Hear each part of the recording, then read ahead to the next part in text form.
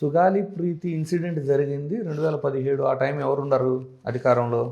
కూటమి ప్రభుత్వం ఉంది. కూటమి ప్రభుత్వమే అధికారంలో ఉంది. అయితే అప్పట్లో సుగాలి ప్రీతి గారి తల్లి గారి డిమాండ్ ఏంటంటే నిందితులు తప్పించుకుంటున్నారు, సిబిఐకి అప్పచెప్పండి అన్నారు.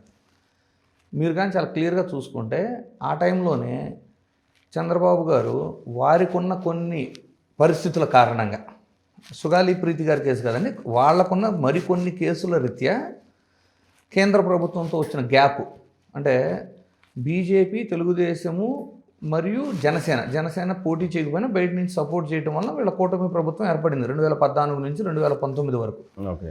కానీ కాంగ్రెస్ కొన్ని మేజర్ స్టేట్స్లో 2018లో గెలవగానే చంద్రబాబు గారు కాంగ్రెస్ కూటమిలోకి వెళ్ళిపోయి బీజేపీతో చేసుకున్న తెగతింపుల కారణంగా సిబిఐని జనరల్ కన్సెంట్తో డైరెక్ట్గా వచ్చి విచారణ చేయడానికి లేదు, ప్రభుత్వం పర్మిషన్ ఉంటేనే మన రాష్ట్రంలోకి రావాలి అని కొత్త రూల్ తెచ్చారు. ఓకే. సో వాళ్ళకి ఎలా అయిపోయిందంటే సుగాలి ప్రీతి గారి కేసును సిబిఐకి అప్పచెప్పలేరు, సిబిఐని రానివ్వరు.